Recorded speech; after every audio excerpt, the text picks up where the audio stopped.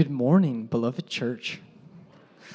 Hey, my name is Austin. I get to be pastor of this church that I love, and I'm curious if anyone in the room has had a moment, like a super heartwarming moment, just sensational moment that was just so awesome, and then it was followed by just like a punch in the gut kind of thing.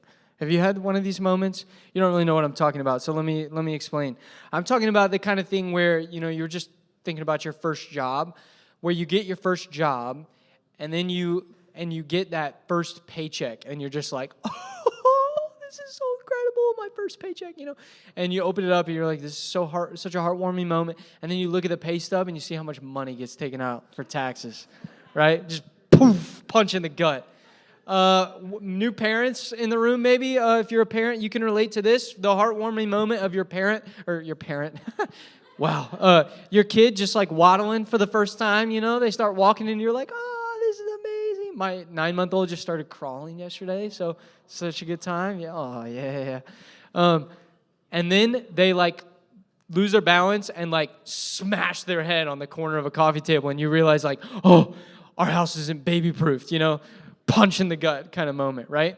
Olivia, my wife, who I thought she's here, but maybe she's not. Has anybody seen Olivia?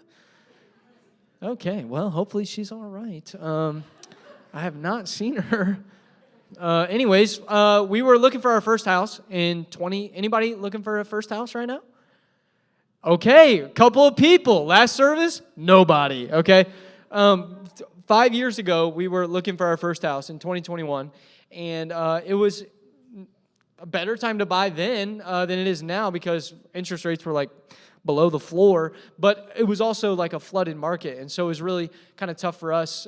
We kept looking for houses. We kept putting offers on houses, and then we would put an offer on a house that we were being told there were like 30 to 40 other offers on the house, and ours wasn't the best, believe it or not. And so we kept not getting the house, whatever house we wanted. And so it was beginning to be like really frustrating and confusing. And I'll never forget, after putting an offer on 10 different homes, on the 11th house we decided that we wanted to put an offer in on, we got the call from our realtor that our offer had been accepted, okay? Here's the picture of us. Yeah, so excited, such a heartwarming moment. A few weeks later, or whatever it is, we decided we closed on the house. Here's us with our masks on because it's COVID. Closing on the house, we're like, yeah! I'm throwing up the peace sign, so excited. And this is us outside, I think. This is from like Olivia's Instagram or something like that. So, yeah, closing day, woo, woo, woo, so fun. And then a few weeks later or whatever, we finally, because it's weird, when you buy a house, sometimes you don't always get the keys, which doesn't make sense. But, we buy the house, we don't have possession yet. Eventually, we get possession, we get the keys to the house. This is not a picture from this day, but here's a picture of our house. Okay, yep, there it is. You can't really see all of it, but, it's a cute house. We just sold recently, actually. It was on the market for a while. If you're like, man, I wanted that house, could have sold it to you. It was on the market for a while. You missed your chance. But we got this house. When we got the keys, we were so excited. Like, I'm not lying when I say we would drive by the house most days to see, like, if the people were moving their stuff yet or not. Because we were just so excited to get in, right? Well, we finally get in. We get the keys to the place. We walk in, and it's just this heartwarming moment. And then all of a sudden, as we walk in, I look, and probably 10 seconds later, I look, and Olivia, tears are streaming down her face. And not happy tears. Nope. The carpet was looking pretty rough. The smell was pretty intense. And the walls were just like, and we're like, I'm looking at it like, what happened to the house that we bought? Like, you know what I mean? But Olivia's looking at it through just tears coming. And she's just like overwhelmed. And so it was this heartwarming moment followed by just like a poof. Here's home ownership for you, pal. And that was that. So don't buy a house. That's the moral of this story. A heartwarming moment followed by a punch in the gut moment is exactly where we jump in this morning in the book of Acts. We left off last week, my buddy Eddie or Trey or Treddy left us off in this moment in the life of Paul, who found himself in prison. And there's this heartwarming moment that we kind of landed the plane on last week, where Jesus comes to Paul, and listen to what he says, or listen to what happens in verse 11. It says that the Lord stood by him, like Jesus stood by Paul, and said to him, "Take courage, for as you have testified to the facts about me in Jerusalem, so you must testify in Rome." I mean, so that's where Paul wants to go. It's Jesus standing by Paul and then giving him this courage. You're going to get to where you want to go. It's just this heartwarming moment, right? Listen to how it's followed up by. So that's at the nighttime, all right? Paul wakes up, and when it's daytime, listen to what it says. When it was day, the Jews made a plot. They bound themselves by an oath, neither to eat nor drink till they had killed Paul. What? Can you imagine hating someone so much that you're like, I'm not going to eat, I'm not going to drink until they are dead? Imagine that for a second. Some of you guys are like, yeah, I've done that before. I'm just kidding. And by the way, this wasn't just a few weirdos out there, 2 or 3 weirdos. We're told in verse 13 that there were more than 40 who made this conspiracy. Like more than 40 people who are like, I'm not eating, I'm not drinking until this guy is dead.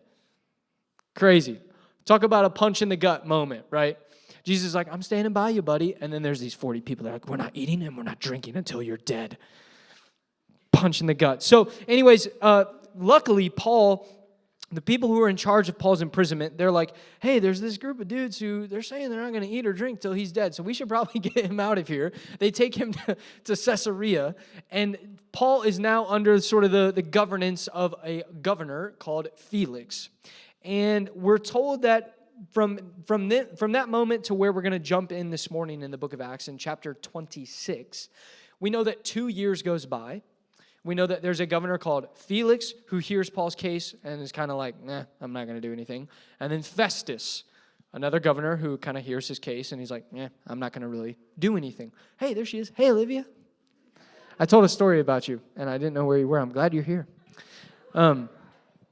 Anyway, so Festus and Felix, the governor, 2 years go by. Now, we don't know what happens to that group of 40 dudes who said they weren't going to eat or drink till Paul died, but we know Paul is still alive, and it's been 2 years. So I don't know. I wish we knew what happened to these guys, but we don't. So 2 years goes by, and then in chapter 25, just before where we're going to jump in this morning, Paul does something that makes sense. As a Roman citizen, he had kind of just tested out all of his other options, and so he decided that he was going to, as a Roman citizen, appeal to Caesar with hopes that he would be released from prison at some point. So in chapter 25, verse 11, we're told that Paul appealed to Caesar. You can see it on the screen behind me.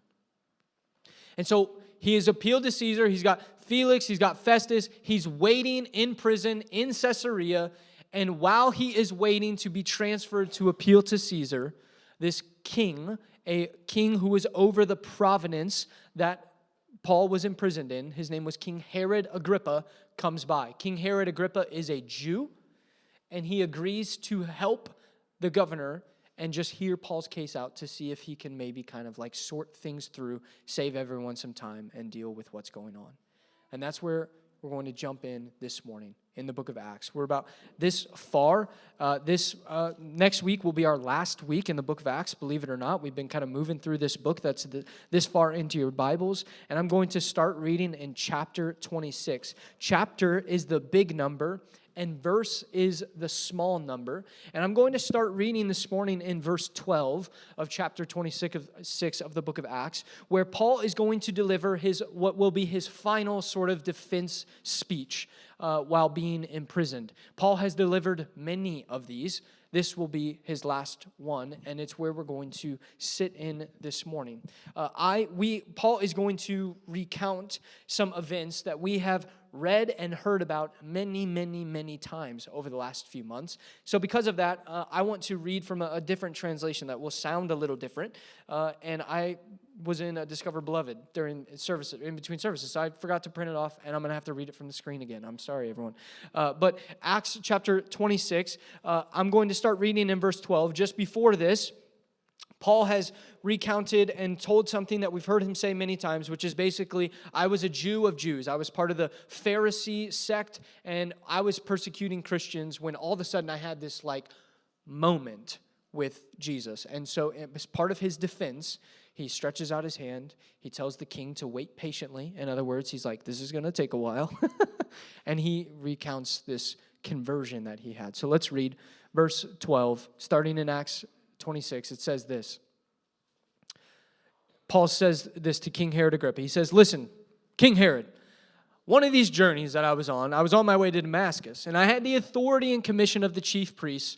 It was about noon, King Agrippa, when I was on the road, and I saw a light coming from heaven. It was brighter than the sun. It was shining around me and my companions, and we all fell to the ground. I heard a voice speak to me in the Aramaic language. Saul, Saul, it said, why are you opposing me? It is hard for you to go against what you know is right. And then I asked, who are you, Lord? I am Jesus, the Lord replied. I am the one you are opposing. Now get up, stand on your feet. I have appeared to you to appoint you to serve me, and you must tell other people about me. You must tell others that you have seen me today. Gosh, I did that last service. No. Yeah, okay, there we go. You must also tell them that I will show myself to you again. I will save you from your own people and from the Gentiles. I am sending you to them, open their eyes. I want you to turn them from darkness to light. I want you to turn them from Satan's power to God's power. I want their sins to be forgiven. They will be forgiven when they believe in me. They will have their place among God's people. This recounting of this conversion moment from Saul should not surprise us one bit.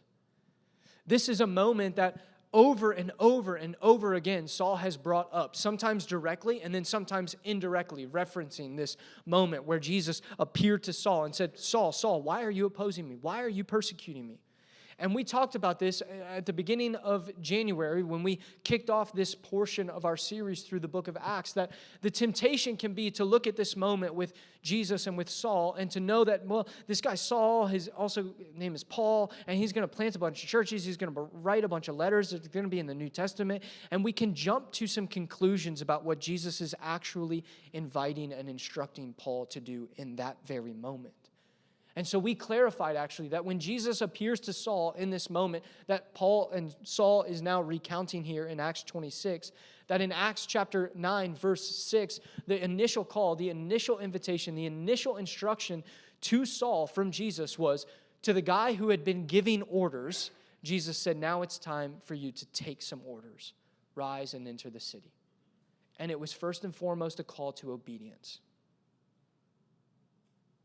And we talked about in chapter 9, verse 8, how Jesus appears to this guy, Saul, and says to the guy who had been literally dragging men and women off to prison by the hand, Jesus says, now it's your turn to be led by the hand. And he blinds him, he takes away his sight, and he forces him to be led by the hand into the city of Damascus. And it was first and foremost a call to dependence, to be helped, to embrace weakness. And we clarified that weeks and weeks and weeks ago, that before God asks us to do anything of significance, the call, the invitation, the instruction, just like it was for Saul, is the same for us. First and foremost, God asks us to obey and depend on Him. And so none of this should be a surprise that Paul is bringing this up yet again. But what should be a surprise for us, if we're reading closely, is one little line in here that Saul adds in chapter 26 that he hasn't added before. In the NIRV that I read from on the screen, Saul said that Jesus came to him and said, Saul, Saul, why are you opposing me? Or why are you persecuting me? And you're like, yep, that checks out. Jesus said that. But then he added something else that Jesus said. According to Saul, he said that Jesus said to him, it's hard for you to go against what you know is right.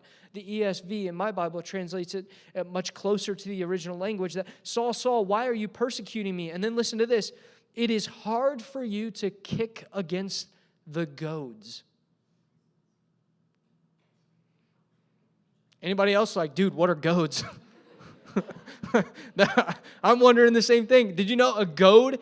It's basically a pointy spear that is a tool that shepherds and people who are working with animals use. Shepherds have lots of tools. The one that most of us think about, a staff, is used to sort of guide gently an animal to where they're supposed to be going. But a goad is a sharp, pointy spear that a shepherd or someone working with animals will use to provoke and to get an animal that's not moving, that should be moving because it's being slow or it's being stubborn, and it needs to get moving on the path that the shepherd knows that it needs to get on because that's the best thing for the animal, even if the animal doesn't know it. A goad is not meant to hurt an animal. It's meant to put it on the path, provoke it, and urge it forward on the path that it should be going because that's what's best for it. And I think God provides moments in our lives, people in our lives even, that function like a goad. Jesus asked Saul, is it hard for you to kick against the goads? I have a friend who functioned like this a few years back. Her name is Rachel. She does announcements every so often. This is before each of us had 2 kids. Look at the youth in our eyes. I mean, wow. Now we're just like, no, I'm just kidding. Life is awesome. That's Rachel. Rachel and I worked together when I first moved to Grand Rapids. I worked for a ministry called the Luis Palau Association. It was my first job where I got that first paycheck where I was like, whoa, what's taxes? And Rachel also worked for that ministry, and so we struck up a friendship. She hated me at first, but quickly kind of warmed up to me, and Rachel's one of my really good friends. She's part of Beloved Church, and her husband, Kevin, as well. And I'll never forget, a few years back, I was on staff as an associate pastor at a church, the church that planted us, that sent us out, called the local church. We call it TLC. Love that place. Didn't want to leave that place. And Torin is the lead pastor there. Some of the elders, they had clearly expressed a desire and expectation. They were going to be planting a church, and they wanted to really target the northwest side. And so they had asked my wife and I, Olivia, who is here now. Hey, Olivia. Sorry, I'm not trying to. I wasn't trying to do that. Just glad you're here. Anyways. They had asked us to really kind of pray and discern, like, if we were supposed to potentially help kind of lead that church, step out, and plant that church. And so I told them, yeah, I'll pray about it. This was late fall. I said, yeah, I'll pray about it. I'll let you know by the beginning of the new year. And so I prayed, but I prayed with my ears closed. You ever do that? Pray with your ears closed? Yeah, I did that. And so prayed with my ears closed. I told the leadership of the local church, TLC, I said, yeah, guys, I prayed about it, and we are not supposed to go plant that church. Definitely not something we're supposed to do. To be honest with you, I didn't want to plant a church. I maybe wanted to lead a church one day, but not yet, and I didn't want to plant a church. So I told them, nope, we're not supposed to do that. And they said, okay. And so then a few weeks went by. I was sitting down with my friend Rachel, and she said, hey, I don't even know why she asked this, but she said, hey, have you ever thought about maybe like being the person who would kind of step out and really kind of lead and plant TLC's first church? And I said, yeah, you know what? I have. I prayed about it, and we're not supposed to do that. And I don't know why. I didn't get to catch up with her after first service, but she looked at me and she said, did you really pray about it? And I was like, oh, no. And I don't even know if she said it or it was just like the spirit in me that was like, dude, you actually need to pray about this with your ears open and your eyes open. And so that kind of moved us into a season of real prayer and real discernment, allowing the Spirit of God to say whatever. And, well, are you good? Okay, sorry. My mom almost just spilled her Diet Coke. Sorry. Anyways, wow, lots of distractions this morning. Wow, okay. So we entered this season of prayer and discernment, and the Lord was pretty clear with us what we were supposed to do. And believe it or not, it wasn't what I had been hearing from the Lord when I was praying with my ears closed. It was actually much different. It was the Lord saying, yeah, you're supposed to do this. And there's a whole story there, and I would love to share more, but I just want you to know that there was a moment and there was a person God used in my life like a goad, provoking me and urging me down a path that maybe I didn't really want to go, and I didn't think it was the most comfortable, and I didn't think it was the easiest, but I can now stand here and tell you that any path that the Good Shepherd has for you to walk on is always the best path to be on. And I think that there are actually some of us in the room this morning who you have maybe for the last few days, for the last few weeks, for the last few months, maybe for you it's been the last few years. And the Lord has been pretty clearly asking you, calling you, instructing, and inviting you to obey Him and depend on Him in some different area of your life. And this morning, the Spirit of God is asking you and telling you, like He did Saul, it is hard for you to kick against the goads. It is hard for you to go against what you know is right. So maybe for you, it's that the Lord's been asking you to obey and depend on Him in some sort of financial decision, to obey and depend on Him with your finances. But you've been going against what you know is right. Maybe for you, it's been clear to you, the Lord's been asking you to step in, to obey and depend on Him all the way into the waters of baptism, and you have been going against what you know is right. Maybe this morning, the Lord's been making it very clear, asking you to obey and depend on Him and step away from a job, step away from a role or a responsibility that you have, and head towards something that doesn't necessarily seem super clear. And you've been going against what you know is right. Maybe it's stepping into foster care, opening your home to other people. Maybe it's telling the truth to people regardless of the circumstances or the consequences. I don't know what it is in your life, but I'm guessing there are some people in the room this morning. God has been asking you to obey and depend on Him, and you have been going against what you know is right. And I think this morning, the Spirit of God wants this morning to be a line in the sand. No more. It is hard for you to kick against the goads. It is hard for you to go against what you know is right. And the invitation and the instruction is to obey and depend on Jesus. Now, if you think that I'm over-exaggerating this obedience and dependence stuff, like throughout the series, you're just like, man, this guy will not shut up about the obedience and dependence stuff. I want you to hear how Paul reflects on this moment where Jesus instructed him and invited him obedience and dependence. Would you listen to how Paul reflects? And this is really his most sort of like robust reflection on this conversion moment that he had. Listen to what Paul tells King Agrippa. He says, "So then, King Agrippa, guess what I did? I obeyed the vision that appeared from heaven. First, I preached to people in Damascus. Then I preached in Jerusalem and in all Judea. And then I preached to the Gentiles." Now, really quick, I just want to say, Paul, in the ESV, some other translations, Paul says, "So then, King Agrippa, I didn't disobey." Or it's like a double negative. He's like, I wasn't disobedient. It's the same thing. Wasn't disobedient. I obeyed the vision. Paul's really trying to stress his obedience to this vision that God had given him. And so then he's walking in that obedience. He's telling them to turn away from their sins to God. He says, the way that they live must show that they've turned away from their sins. That's why some Jews grabbed me in the temple courtyard and they tried to kill me. Then listen to what he says. He says, "But God has helped me to this day. So I stand here and I tell you what is true. I tell it to everyone, both small and great. I've been saying nothing different from what the prophets and Moses said would happen. They said the Messiah would suffer. He'd be the first to rise from the dead. He'd bring the message of God's light, and He would bring it to His own people and to the Gentiles." Did you notice how Paul reflects? He's like, I obeyed, and God has helped me. Obedience and dependence. Like, Paul's ministry started by obedience to God's vision and dependence on God's provision. You like that?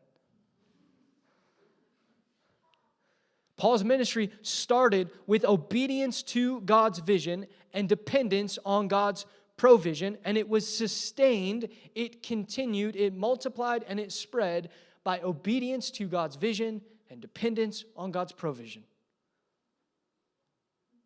I'll say it again. Paul's ministry started by obedience to God's vision, and it was sustained by dependence on God's provision, and it was sustained the same way. And friends, our lives, our ministry should be no different.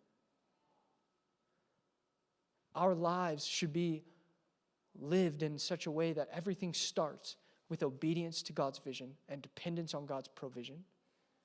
And everything is sustained by obedience to God's vision and dependence on God's provision.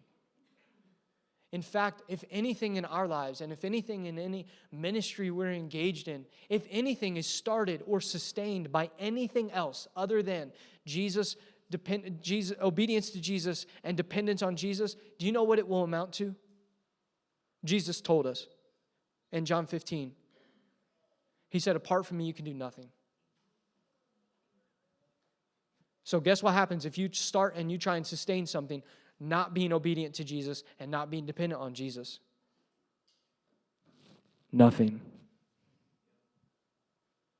I mean, it's the least ambiguous thing Jesus said. Like, apart from me, you can do nothing. And so our lives, our ministry should be just like Paul, starting and sustaining by obedience to God's vision and dependence on God's provision.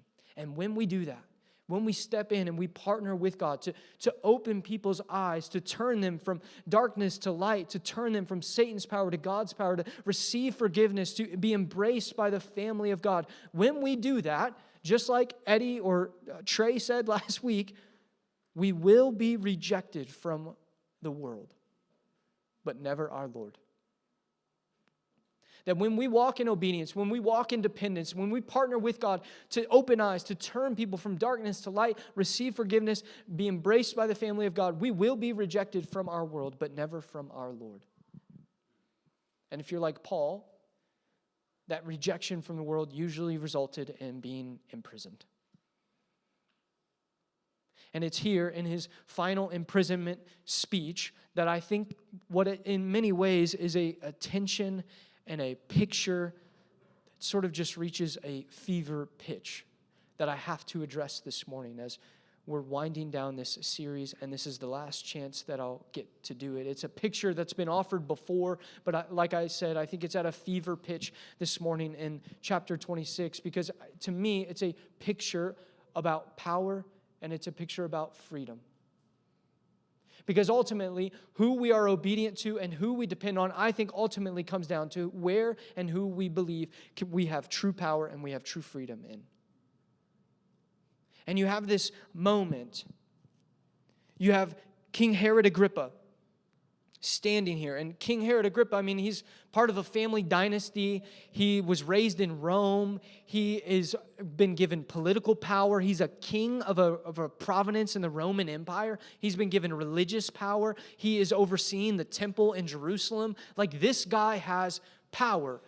Then you have Paul. I mean, Paul is living under the Roman imperial reign, and he's part of a religious ethnic group that is not only living under that imperial reign, he is also living under the rule and the reign of this King Herod Agrippa.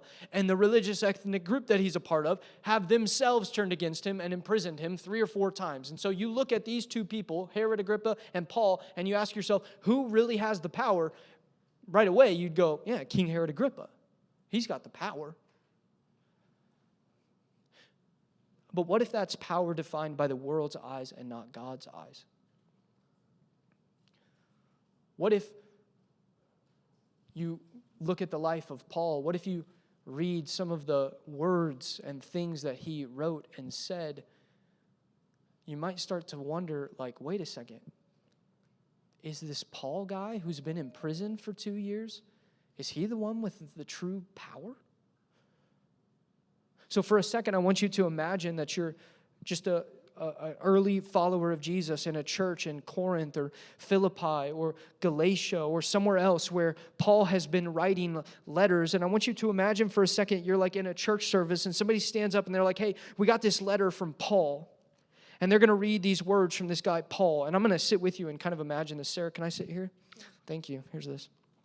And I want you to imagine just for a second that you're in this church and somebody's standing up and they start reading these words from this guy, Paul. And he's saying stuff like this. He's saying, my speech and my message were not implausible words of wisdom, but in demonstration of the Spirit and of power, so that your faith might not rest in the wisdom of men, but in the power of God. And he's saying things like this. He's saying that I will come to you soon if the Lord wills, and I will find out not the talk of these arrogant people, but of their power. So there's this clear power struggle for Paul, and there's a difference between human wisdom and human power and God's wisdom and God's power. And then you're hearing him say things like this and write things like this, that we have this treasure in jars of clay to show that the surpassing power belongs to God and not to us. So we're afflicted in every way, but not crushed. Perplexed, but not driven to despair. Persecuted, but not forsaken. Struck down, but not destroyed. Always carrying in the body the death of Jesus, so that the life of Jesus may also be manifested in our bodies. And it's just like, what? The surpassing power belongs to God and not to us. And you're hearing Paul say this, and you've probably got to be wondering, well, what about my circumstances? How do I tap into this power? Listen to how Paul describes tapping in and participating in this power. He said, telling a story about Jesus, that Jesus said to him, my grace is sufficient for you. My power is made perfect in weakness. So I will boast all the more gladly of my weaknesses, so that the power of Christ may rest upon me. For the sake of Christ, I am content with weaknesses, insults, hardships, persecutions, and calamities. For when I am weak, then I am strong. And it's not just about embracing weakness when it comes to participating in this power. You're also hearing Paul say and write things like this. For to me to live is Christ, and to die is gain. A different way of saying it. Alive, I'm Christ's messenger. Dead, I'm his prize. Life versus even more life. I can't lose. Paul has made his decision. True power is found in obedience and dependence on Jesus. But you have to make yours. And the reality is that the things you're wrestling through are not all that different from the early Jesus follower in one of these churches that would have heard Paul's letters. Slightly different. You have to decide, where is true power found? Is true power, is it found in a job title that I have? Is true power found in how secure of a house I have, or how many weapons I own? Or is true power found in the citizenship status that I have, or what country I belong to? Is true power found in the amount of money that's in my checking account, or the balance on my 401k? Or is true power found in obedience and dependence on Jesus? And this moment with King Herod Agrippa and with Paul begs us to ask the question, is our vision and our version of true power defined by the world's eyes or defined by God's eyes? Because who we believe has true power will dictate who we obey and who we depend on. Is my vision of true power defined by the world's eyes or by God's eyes?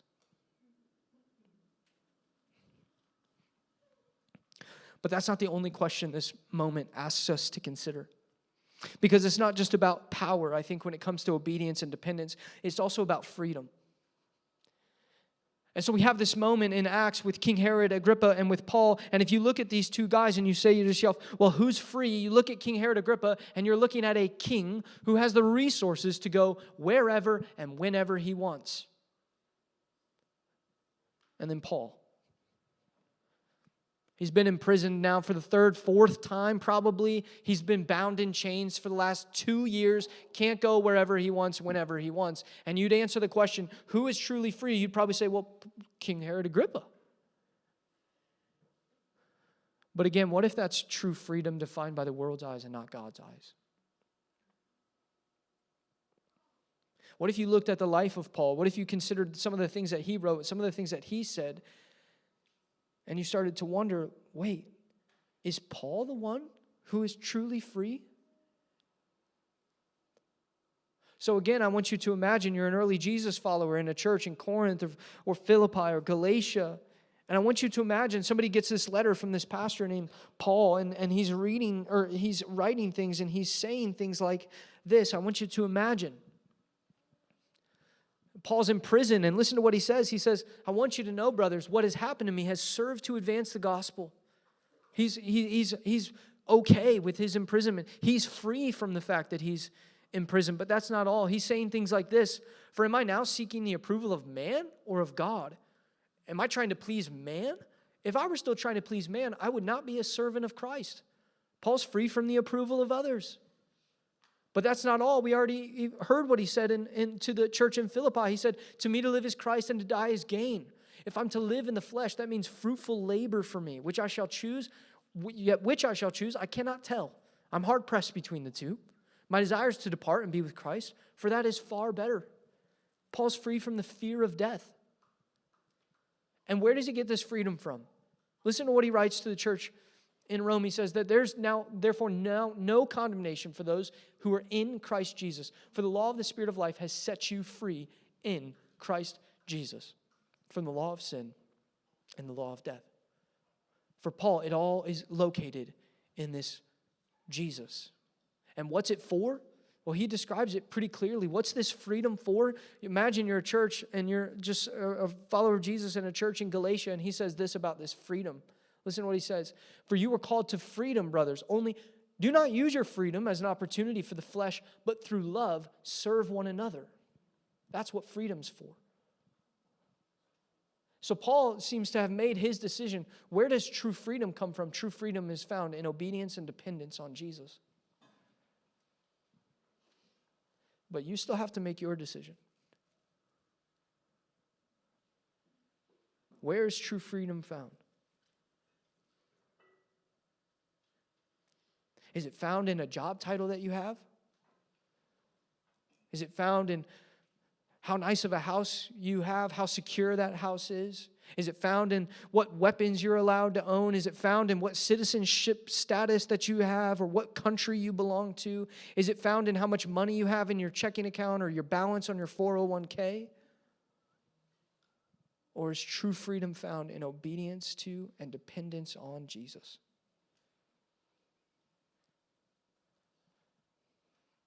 Where you believe there is freedom is what will dictate who you obey and who you depend on. And so this moment with Herod Agrippa and with Paul begs us to consider the question. Is your vision, is your version of true freedom defined by the world's eyes or God's eyes? Is your vision, is your version of true freedom, is it defined by the world's eyes or by God's eyes?